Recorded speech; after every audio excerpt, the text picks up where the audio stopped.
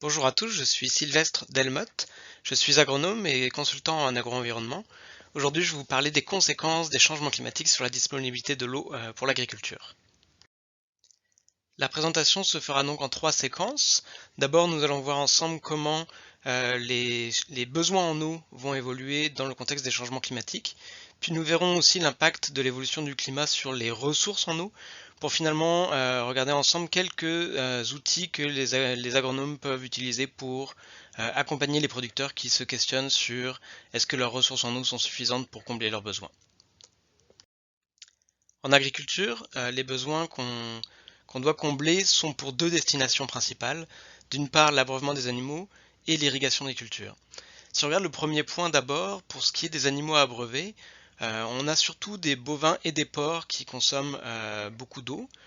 Plus d'un million de bovins, près de 4,5 millions de porcs qu'il faut abreuver quotidiennement, et avec des besoins qui sont quand même assez importants, en particulier si on regarde par exemple une vache en lactation, on considère que c'est à peu près 110 litres par jour, mais les journées où il fait très chaud, ça peut être plus que ça, que la vache va boire. Ce qui représente quand même près de 40 000 litres ou 40 mètres cubes par an qu'une vache va consommer. Quand on parle d'irrigation, on a estimé dans le cadre des projets RADO qu'il y avait environ 25 000 hectares qui étaient irrigués en 2018 au Québec. Et on parle à peu près, en moyenne, on peut considérer que toute culture confondue, c'est à peu près 100 mm d'eau qu'il faut apporter chaque année. 100 mm sur 1 hectare, ça fait 1000 mètres cubes, donc 1 million de litres. Toujours dans le contexte des projets RADO, on a essayé de comptabiliser finalement combien ça représentait de mètres cubes consommés pour l'agriculture au Québec annuellement. Donc là, cette étude-là, elle portait sur toutes les régions agricoles sauf le lac Saint-Jean, la Côte-Nord, la Gaspésie et l'Abitibi-Témiscamingue. Donc pour toutes les autres régions du Québec, on a comptabilisé que l'abreuvement des animaux, mais aussi le nettoyage des installations et le refroidissement des bâtiments d'élevage, représentait environ 45 millions de mètres cubes par an, alors que l'irrigation des cultures et le lavage des légumes à la ferme, ça représentait à peu près 54 millions de mètres cubes, donc un petit peu supérieur, mais on peut voir que on n'est pas loin du moitié-moitié entre les différents types de consommation. Avec les changements climatiques, on s'attend aussi à ce que les besoins pour l'abreuvement des animaux, notamment, soient en hausse. Il y a plusieurs raisons à ça. D'une part, le nombre d'animaux d'élevage va évoluer. Dans certaines productions, par exemple dans les productions bovines, on s'attend plutôt à une diminution du nombre d'animaux, mais en production porcine, on s'attend à une augmentation.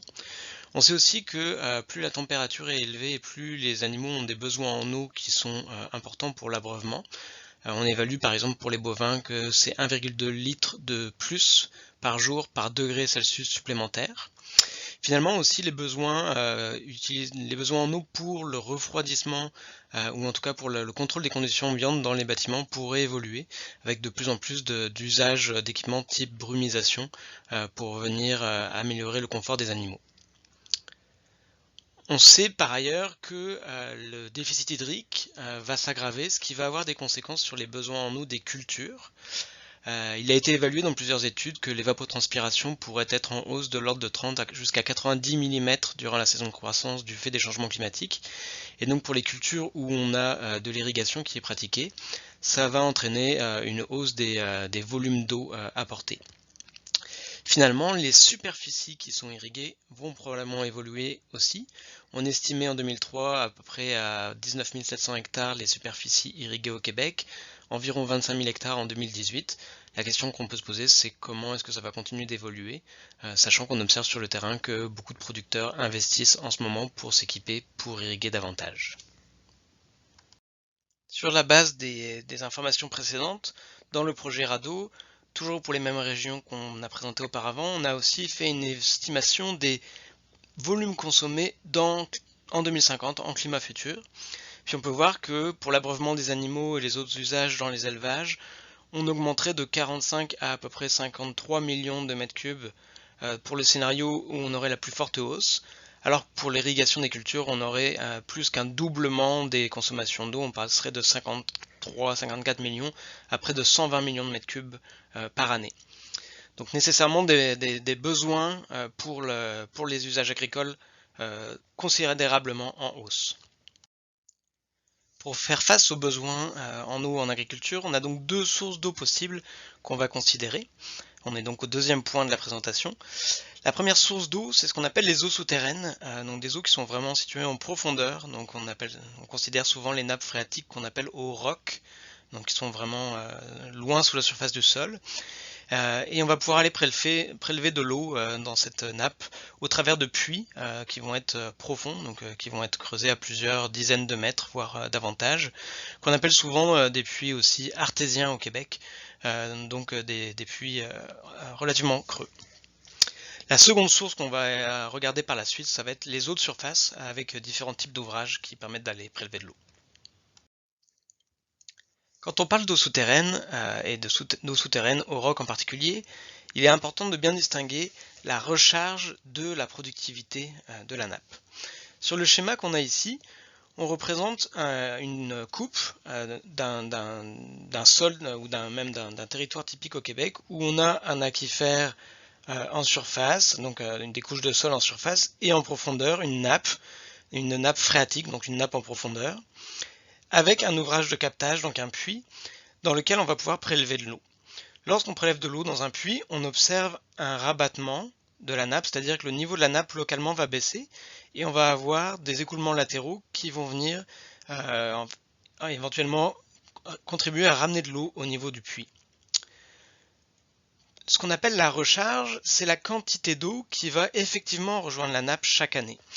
Et ça va surtout dépendre de la géologie du sous-sol et aussi du climat, donc des quantités de précipitations qui vont tomber en surface du sol et de finalement la capacité de l'eau à s'infiltrer et à rejoindre la nappe.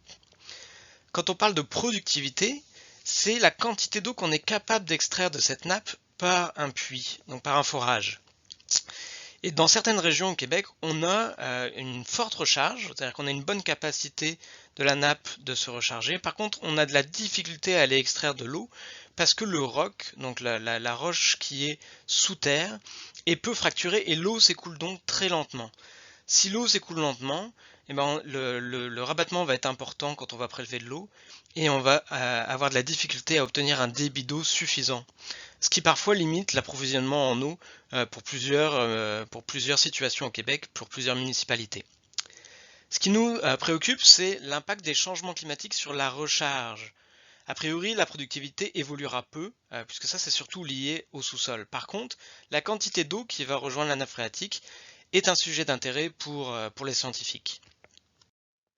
Récemment, on a eu une première étude qui a été faite par une équipe de l'UQAM et d'Ouranos, qui a été publiée, qui est la première étude, à ma connaissance, qui portait sur l'impact des changements climatiques sur l'eau souterraine, mais aussi l'eau de surface, donc dans une modélisation qui a été faite pour tout le territoire du sud du Québec, depuis le bassin versant de la rivière Châteauguay jusqu'au bassin versant de la rivière Chaudière. Ce qu'on appelle ici le bassin W1, Watershed 1, et Watershed 8, donc dans la figure extraite de cet article. Dans le tableau qui est présenté ici, on a les résultats de l'étude en question présenter pour les 8 bassins versants, depuis le numéro 1 qui était la rivière Châteauguay jusqu'au bassin numéro 8 pour la rivière Chaudière. On a ici aussi ces résultats de l'évaluation de la recharge pour différents horizons de temps, 1981, 2010, 2011, 2040, 2041, 2070 et 2071, 2100, présentés d'abord pour les mois d'hiver, donc la recharge estimée pour les mois d'hiver ici est de 74 mm en 1981-2010 pour la rivière Châteauguay, et pour les mois d'été, les mois chauds, 31 mm. Pour le même période de référence, toujours pour la rivière Chaudière. Ce qui, au total, le chiffre en haut ici de 126 mm, c'est le cumul des deux, avec une incertitude de l'ordre de 26 mm, ce qui correspond à la variabilité interannuelle de la recharge. Ce qu'on peut constater quand on regarde déjà la recharge annuelle, elle augmente avec le temps dans tous les bassins versants. Elle augmente peut-être un petit peu plus d'ailleurs dans les bassins versants plus au sud, comme celui de la rivière Châteauguay, par rapport par exemple au bassin versant de la rivière Chaudière. On peut voir aussi que par contre, initialement, la recharge est plus faible dans le bassin versant de la rivière Châteauguay que dans le bassin versant de la rivière Chaudière, ce qui est probablement lié à des différences de climat et de sous-sol. Ensuite, ce qu'on peut constater, c'est qu'on regarde entre les mois d'hiver et les mois d'été, Les mois d'hiver, on va avoir une augmentation de la recharge, et on voit que l'essentiel de la recharge se fait ces mois-là en termes de quantité, 74, 82, 93, 101 mm. Alors qu'inversement, pendant les mois d'été, on va avoir une diminution de la recharge. Par contre, on peut voir aussi qu'en termes de proportion, c'est une plus faible proportion de la recharge qui a lieu durant cette période-là. On peut expliquer cette différence de recharge entre les mois d'hiver et les mois d'été, en partie en regardant justement un bilan hydrique mensuel typique qu'on a au Québec. Ce qui se passe historiquement, on avait un déficit, en fait un bilan qui était positif, c'est-à-dire que les précipitations étaient supérieures à l'évapotranspiration pendant les mois d'hiver et les mois d'automne, et inversement l'été, pour la courbe en noir qui représente le climat historique, on avait un déficit hydrique, c'est-à-dire des précipitations qui sont inférieures à l'évapotranspiration. Ce qui fait qu'on a plus d'eau qui rejoint la nappe phréatique l'hiver que l'été, puisque l'été, l'eau qui tombe en surface du sol vient recharger les réserves en eau du sol et rejoint moins l'horizon profond du sol. En climat futur, on s'attend à avoir une augmentation des précipitations pendant les mois d'hiver et les mois d'automne, ce qui va faire que le bilan hydrique sera encore plus positif, ce qui pourrait amener à la hausse de la recharge qu'on voyait sur le tableau de la diapositive précédente. Inversement, l'été, on va avoir un déficit hydrique qui va être aggravé, donc un bilan plus négatif, ce qui amènera probablement à une diminution de la recharge comme on le voyait dans le tableau précédent. Donc si on résume, l'impact potentiel des changements climatiques sur la recharge des eaux souterraines, aujourd'hui, les connaissances qu'on a semblent indiquer que les précipitations qui seront en hausse durant la fin de l'automne, durant l'hiver et au début du printemps vont avoir pour effet d'augmenter potentiellement la recharge des nappes à cette période-là. Et la bonne nouvelle, c'est que c'est déjà actuellement la période la plus importante de recharge des nappes phréatiques. Donc le fait que cette hausse ait lieu durant cette période va faire en sorte qu'il y en aura davantage qui rejoindra la nappe. Par contre, l'aggravation du déficit hydrique durant l'été va faire en sorte que la recharge sera plus faible durant cette période-là. Mais au final, quand on regarde la recharge à l'échelle annuelle, on s'attend donc à ce qu'elle soit à minima identique, sinon légèrement supérieure à celle qui était observée historiquement. Et donc ça, c'est plutôt une bonne nouvelle pour tous les producteurs qui utilisent de l'eau souterraine pour combler leurs besoins, puisque a priori, ça signifie que les changements climatiques n'auront pas nécessairement un impact négatif sur la ressource qu'ils utilisent. On en viendrait donc à la deuxième partie de la présentation, pour parler ici d'eau de surface, donc des prélèvements qui peuvent être faits soit directement dans des cours d'eau, soit dans des étangs d'irrigation qui sont éventuellement rechargés par la nappe phréatique de surface, ou finalement dans des puits dits de surface, donc des puits qui sont relativement peu profonds. Ce à quoi on s'attend par rapport au régime hydrique des cours d'eau, en lien avec encore une fois l'évolution du climat, dans un premier temps c'est déjà un devancement de la crue printanière. Pourquoi on s'attend à ce que cette crue printanière soit avancée? C'est parce que la fonte de la neige va avoir lieu plus tôt à la fin de l'hiver. On s'attend aussi à ce que les débits des cours d'eau soient plus importants durant l'hiver et à l'automne parce que le sol sera gelé moins longtemps et aussi plus tardivement à l'automne. On s'attend aussi à ce que les débits des cours d'eau soient plus importants parce que les précipitations, comme je l'ai dit précédemment, vont être en hausse durant les mois d'hiver. Par contre, on s'attend aussi à ce que les débits d'étiage soient plus faibles pendant l'été, ce qu'on appelle le débit d'étiage, c'est le débit minimum du cours d'eau. On s'attend à ce qu'il soit plus faible, puisque les pics de crue vont être plus tôt, et aussi parce que le déficit hydrique va être plus important pendant la période estivale, tel que ça a été mentionné précédemment. Dans le tableau qui est présenté ici, je présente des chiffres que j'ai obtenus dans l'Atlas hydroclimatique du Québec, pour 4 cours d'eau importants au Québec, soit la rivière Châteauguay, la rivière Rouge qui se situe en Outaouais, la rivière Assomption dans la Naudière et la rivière Nicolet Sud au centre du Québec. Ce qui est présenté ici, ce sont les débits d'étiage pour l'été. L'indicateur qu'on utilise pour ces débits minimums, c'est le Q de 7, ce qui signifie le débit de récurrence 2 ans calculé sur une période d'une semaine. Donc le débit minimum qu'on observe une année sur deux, calculé sur une période d'une semaine. Et on le présente d'abord pour le climat historique. Et on peut voir que pour la rivière Châteauguay par exemple, on avait historiquement entre 1971 et 2000 un débit de récurrence 2 ans de 3,9 m3 seconde. Pour la rivière Assomption, autre exemple, c'était 18,5 m3 par seconde. En climat futur, la médiane des projections climatiques pour la période 2041-2070 prédit pour la rivière Châteauguay, avec le modèle Hydrotel utilisé pour l'atlas hydroclimatique, un débit qui réduirait de 3,9 à 2,9 ou jusqu'à 2,6 m3 par seconde pour la rivière Châteauguay, et on passerait de 18,5 à 13,5 jusqu'à 12,6 pour la rivière Assomption. Ce qui signifie, quand on regarde pour les différents cours d'eau ici présentés, une réduction qui varie de l'ordre de 25 jusqu'à presque 40% du débit d'étiage plus faible. Donc si on prélève de l'eau dans des cours d'eau et qu'on doit prélever de l'eau en période estivale pour combler les besoins de l'entreprise, on risque d'avoir des difficultés supplémentaires à en prélever, surtout pendant les périodes d'étiage. Au-delà des cours d'eau, on prélève aussi des eaux de surface, ou en tout cas à la frontière entre les eaux de surface et les eaux souterraines, au travers de puits et d'étangs d'irrigation, comme on le représente ici sur le graphique. Donc des puits et des étangs d'irrigation.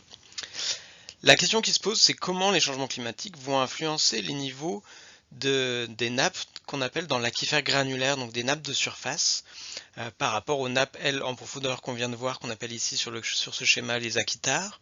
Comment ces changements climatiques vont influencer ces niveaux d'eau?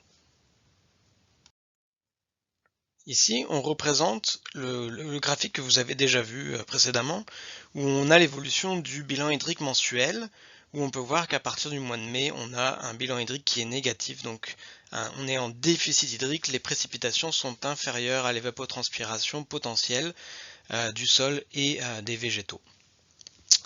Donc quand on est au Québec au mois de mai, on est, en fait jusqu'en avril plutôt, on est dans une situation où on avait un bilan excédentaire, donc qui se traduit par des sols saturés en eau et donc un niveau de nappe représenté ici sur ce graphique avec des pointillés noirs et rouges, noir pour le climat historique, rouge pour le climat futur. Un niveau de nappe qui affleure la surface du sol souvent, ce qui fait que les étangs d'irrigation sont pleins et les niveaux des puits de surface sont très élevés. À partir du mois de mai, on va passer dans une situation où le déficit hydrique va s'installer et où donc on aura moins de pluie que l'évapotranspiration, ce qui va amener à une diminution du niveau de la nappe au cours du temps. Et dès le mois de juin, on peut voir ici sur la courbe à gauche que le déficit hydrique va être accentué en climat futur par rapport au climat actuel, ce qui pourrait se traduire par une diminution un petit peu plus importante du niveau de la nappe. Et plus on va avancer au cœur de l'été, plus, on va le voir sur l'animation suivante, le niveau de la nappe risque d'être de plus en plus bas en climat futur. On peut le voir ici à travers l'animation pour le mois de juillet. Et au mois d'août, où là le déficit hydrique et la différence de niveau de nappe entre le climat historique et le climat futur est le plus accentué. À partir du mois de septembre, donc le mois suivant, on va se retrouver dans une situation où les précipitations vont devenir supérieures à l'évapotranspiration, ce qui fait que les niveaux des nappes vont commencer à réaugmenter. Donc si on résume, encore une fois, il y a de l'incertitude sur les impacts des changements climatiques sur les eaux de surface. Il y en a moins pour ce qui est des débits des cours d'eau, où il semble aujourd'hui probable que les débits seront plus faibles au cours de l'été. Par contre, un petit peu plus incertain, l'impact des changements climatiques sur les niveaux des nappes en surface, donc des aquifères granulaires, mais qui néanmoins, selon les hypothèses que je viens de vous présenter, seront probablement plus faibles, ce qui pourrait affecter les niveaux des puits de surface et des étangs d'irrigation. Donc pour les producteurs qui utilisent ce type de ressources, c'est quelque part ici un signal qu'il va falloir peut-être regarder avec un peu plus d'attention l'évolution des niveaux dans ces ressources. Si on résume donc jusqu'ici ce qu'on a vu, les besoins en eau vont être en augmentation, surtout pour l'irrigation, mais aussi potentiellement pour les animaux. On s'attend à ce qu'il y ait autant d'eau souterraine disponible, puisque la recharge devrait être similaire, voire même éventuellement légèrement en hausse. Donc pour les producteurs qui s'approvisionnent avec des eaux souterraines via des puits artésiens ou des puits profonds, a priori c'est plutôt une bonne nouvelle. Par contre, pour ce qui est des eaux de surface, la situation est un petit peu plus incertaine, que ce soit dans les étangs d'irrigation, dans les puits de surface ou dans les cours d'eau. Il y a éventuellement davantage de risques d'avoir des enjeux d'approvisionnement en eau, puisque les ressources seront probablement plus faibles, en particulier à la fin de l'été. J'en viens maintenant à la troisième et dernière partie de cette présentation, où je voulais vous présenter quelques pistes pour accompagner les producteurs qui se questionnent sur l'adéquation entre leurs ressources et leurs besoins en eau. La première chose que vous allez devoir faire, c'est d'estimer quels sont les besoins en eau de l'entreprise pour pouvoir ensuite essayer d'analyser si les ressources sont suffisantes. Pour estimer les besoins en eau, il faut d'abord caractériser quels sont les différents types de prélèvements qui sont faits, donc pour l'irrigation, pour le lavage des légumes, pour l'abreuvement des animaux, pour le refroidissement aussi des animaux éventuellement dans les bâtiments. Pour ça, ce que je peux vous suggérer, ce sont notamment des valeurs de référence qui ont été développées par région dans les projets RADO. Donc dans les rapports régionaux, il y a des valeurs qui sont proposées de quantité d'eau qu'un animal d'un type d'élevage donné a besoin pour sa consommation, pour l'abreuvement, pour le refroidissement, pour le lavage, etc. Donc ça peut vous servir de référence pour faire une première estimation sur les entreprises. D'autre part, si sur l'entreprise il y a un compteur d'eau ou s'il y a d'autres moyens qui permettent de quantifier, évidemment ça sera plus précis et encore plus adéquat. Dans un deuxième temps, il faut évaluer la capacité des ressources disponibles à combler les besoins. Et là, j'attire votre attention sur l'aspect réglementaire, que je vous encourage à aller voir les présentations qui ont été faites au colloque sur la gestion de l'eau en 2022, colloque organisé par le CRAAC, parce que même si parfois on a l'impression que les ressources sont suffisantes, quand on considère aussi les autorisations qu'il est nécessaire d'obtenir pour pouvoir prélever de l'eau, dans certains cas on se rend compte que les ressources qu'on utilise actuellement ne pourront pas être utilisées dans le futur pour combler les besoins en eau de l'entreprise. Au-delà des aspects réglementaires, il y a plusieurs outils que vous pouvez utiliser pour estimer ou analyser si les eaux souterraines qui sont prélevées par l'entreprise présentent une situation problématique ou pas. D'abord, il y a le réseau de suivi des eaux souterraines du Québec qui est en ligne sur le site du ministère de l'Environnement, dans lequel il y a un réseau de puits avec des observations des niveaux d'eau qui sont présentés. Ici, on a par exemple le puits de suivi de la municipalité de Saint-Rémy, qui est un des puits dans lequel on a le plus d'enjeux au Québec, puisqu'on peut voir ici que le niveau d'eau dans le puits varie beaucoup, évidemment à l'échelle d'une année, mais aussi présente aussi une tendance à la baisse, probablement liée à une surexploitation de la ressource dans ce cas-ci. Donc sur ce lien-là, vous pouvez trouver tous les puits qui sont suivis par le ministère de l'Environnement. Et donc en localisant votre entreprise par rapport aux puits qui sont présents, vous pouvez aller chercher le puits le plus proche et ça va vous donner une idée si ça présente une dynamique inquiétante ou plutôt stable ou plutôt même éventuellement à la hausse comme on l'observe dans certaines régions du Québec.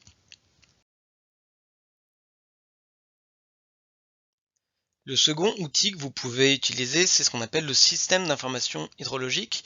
C'est en fait une base de données où les puisatiers, donc les entreprises qui creusent des puits, déclarent à la fois la localisation, comme on peut le voir ici sur la carte, la localisation de tous les puits qui ont été creusés. Donc là j'ai choisi pour la municipalité de Saint-Rémy, sur la base du même exemple que précédemment, tous les puits qui sont déclarés. Mais on a aussi une information sur les profondeurs, les diamètres et surtout, c'est ça qui nous intéresse, les débits qui ont été obtenus lors des tests. Donc si vous vous questionnez sur la possibilité de creuser un nouveau puits, c'est toujours intéressant d'aller voir quels sont les débits qui ont été obtenus dans les puits qui ont été creusés à proximité de la ferme. Ça va vous donner une idée de ce qu'il est possible d'atteindre, que vous pouvez ensuite comparer aux besoins de l'entreprise pour voir si ça serait possible d'obtenir un débit suffisant sur la base des puits qui sont creusés à proximité. Il y a aussi des études qui ont été réalisées dans le cadre des PACES, programme d'acquisition de connaissances sur les eaux souterraines, des projets qui sont réalisés avec le financement du ministère de l'Environnement et qui visent à cartographier la recharge des nappes phréatiques. Ici, j'ai mis un exemple d'un résumé des différentes cartes de recharge qui ont été produites notamment dans ces projets-là. Et c'est des cartes dans lesquelles on évalue quelle est la quantité d'eau qui rejoint annuellement la nappe. Donc on peut voir que suivant où est-ce qu'on est situé au Québec, on a des quantités plus ou moins importantes d'eau qui vont rejoindre la nappe. Et le fait de venir situer l'entreprise sur cette carte ou sur les cartes qu'on peut trouver dans le lien situé ici, qui vont être plus précises que ce que je présente ici à l'écran, va permettre de donner une information au producteur du niveau de recharge annuelle de la nappe et donc de la potentialité de venir chercher de l'eau dans cette nappe. C'est sûr que si on est dans des régions où la recharge est très faible, il y a peu de chances qu'on soit capable d'aller chercher des volumes d'eau importants dans cette nappe. Néanmoins, ces cartes-là ne donnent pas d'indication sur le débit qu'on va être capable d'aller chercher dans les eaux souterraines via un puits, puisque là on parle vraiment de la recharge et non pas de la productivité de l'aquifère tel qu'on l'a mentionné précédemment.